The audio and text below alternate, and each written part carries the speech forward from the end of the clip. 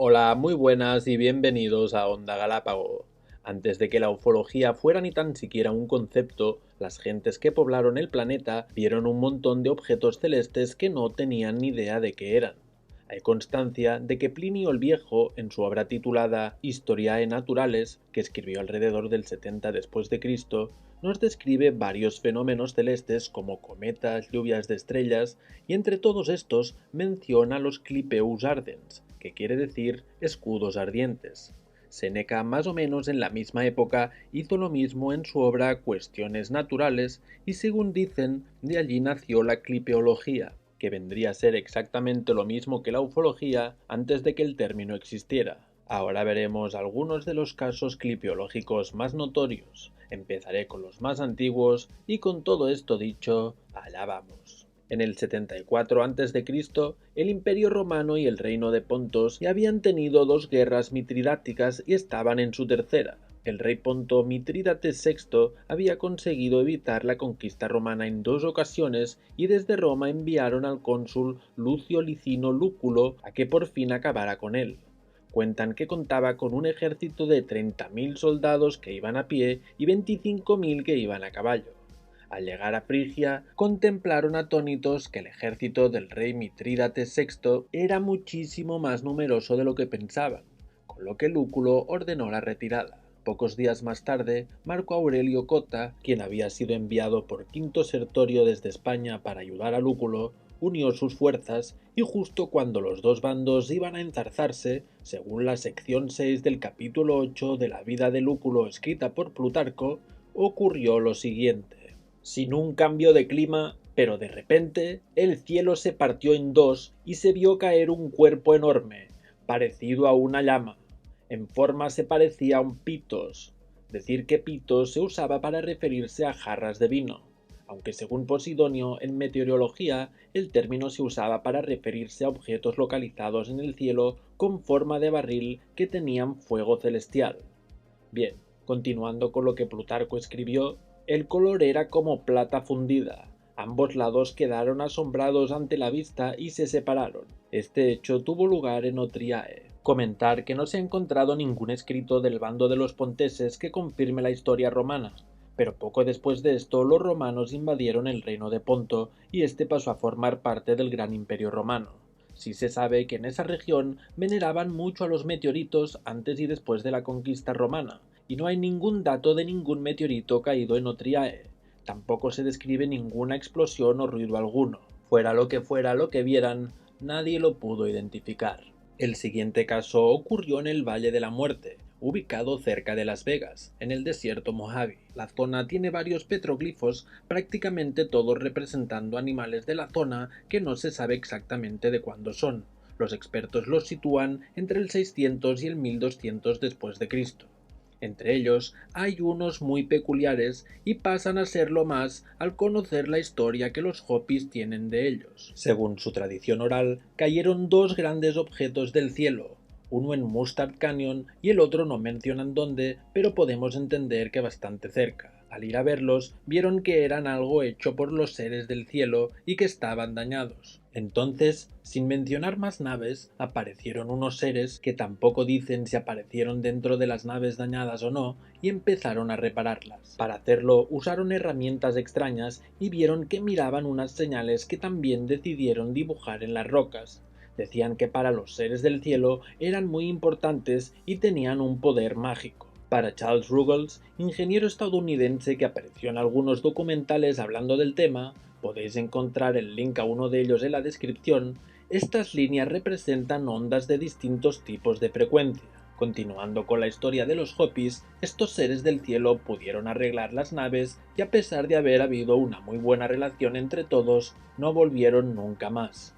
Es curioso que no mencionan ningún tipo de vestimenta extraña ni hacen ninguna descripción de cómo eran los seres.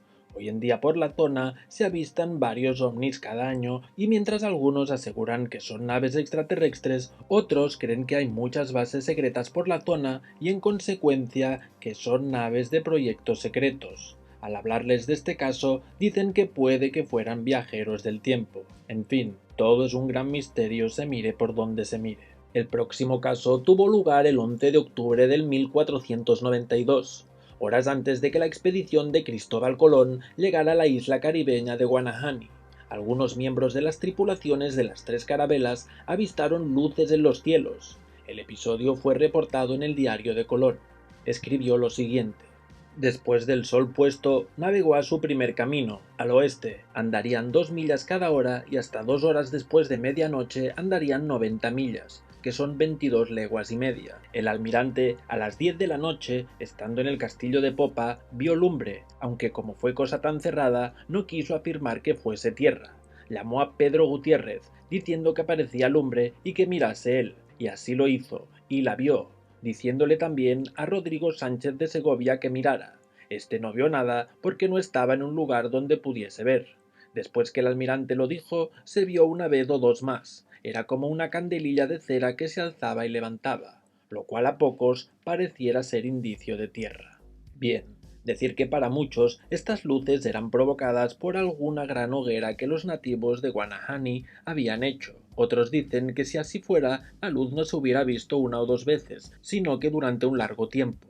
Bartolomé de las Casas, famoso obispo del siglo XVI, mencionó que lo más probable es que fueran antorchas, pero otros dijeron que a 22 leguas y media, que son casi unos 110 kilómetros, sería imposible ver antorchas. A día de hoy, muchos piensan que Colón vio aeronaves de algún tipo y dicen que no fue la única vez que Colón vio luces extrañas en el cielo durante el viaje. Mencionan que en el diario de Colón, si nos vamos al 15 de septiembre, se nos informa también de lo siguiente: navegó aquel día con su noche 27 leguas su camino al oeste y algunas más.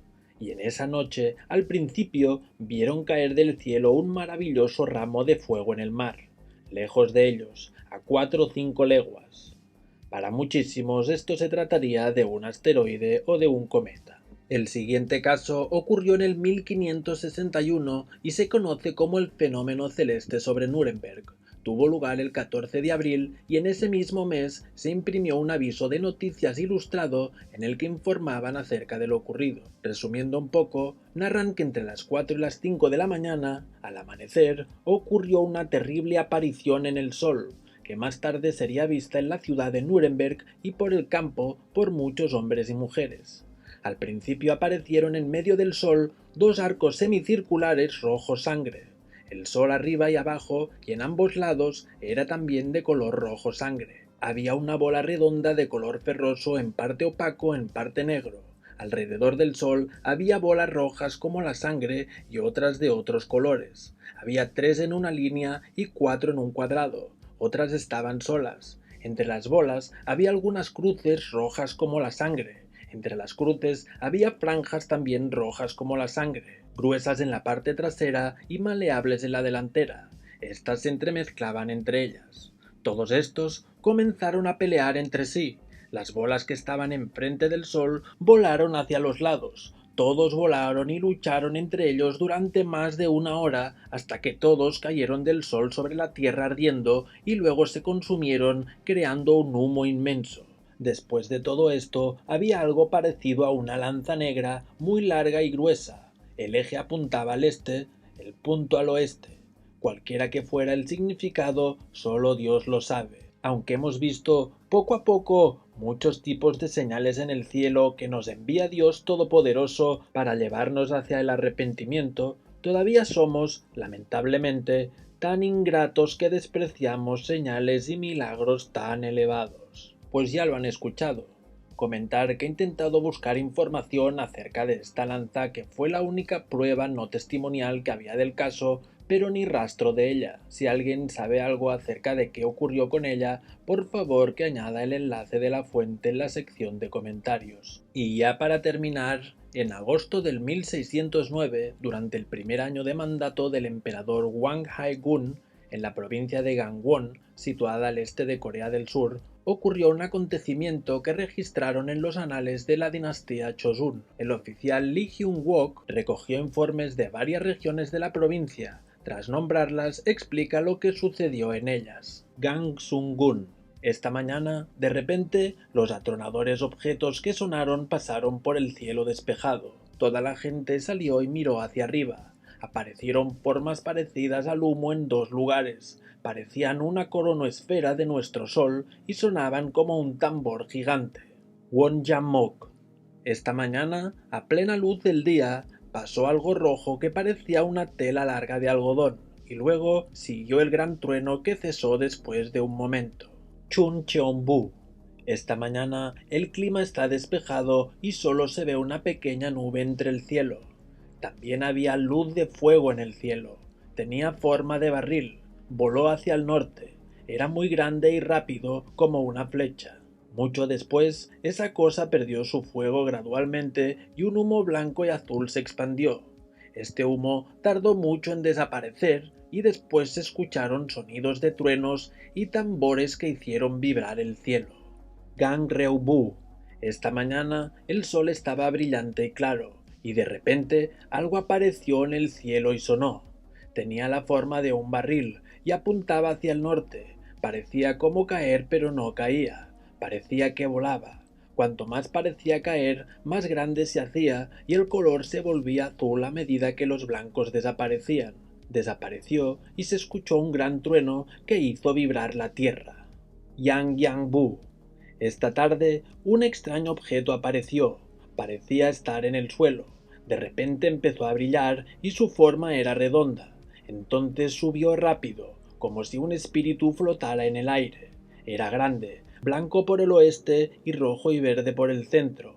Parecía como regar un arco iris. En su camino aéreo se volvió todo rojo. Su parte superior parecía cortar el extremo puntiagudo. La vista nítida se convirtió en una nube blanca. Se partió en dos pedazos y durante un tiempo todo quedó inmóvil. Después se escuchó el sonido del trueno y los sonidos de tambores. En el cielo se veía una nube con pequeños círculos en ella. Y así termina el informe sin que nadie diera ninguna opinión. Como siempre, espero que el vídeo haya sido de su agrado, deseo que a los que hacéis el bien os vaya todo maravilloso y nos vemos en Onda Galápagos.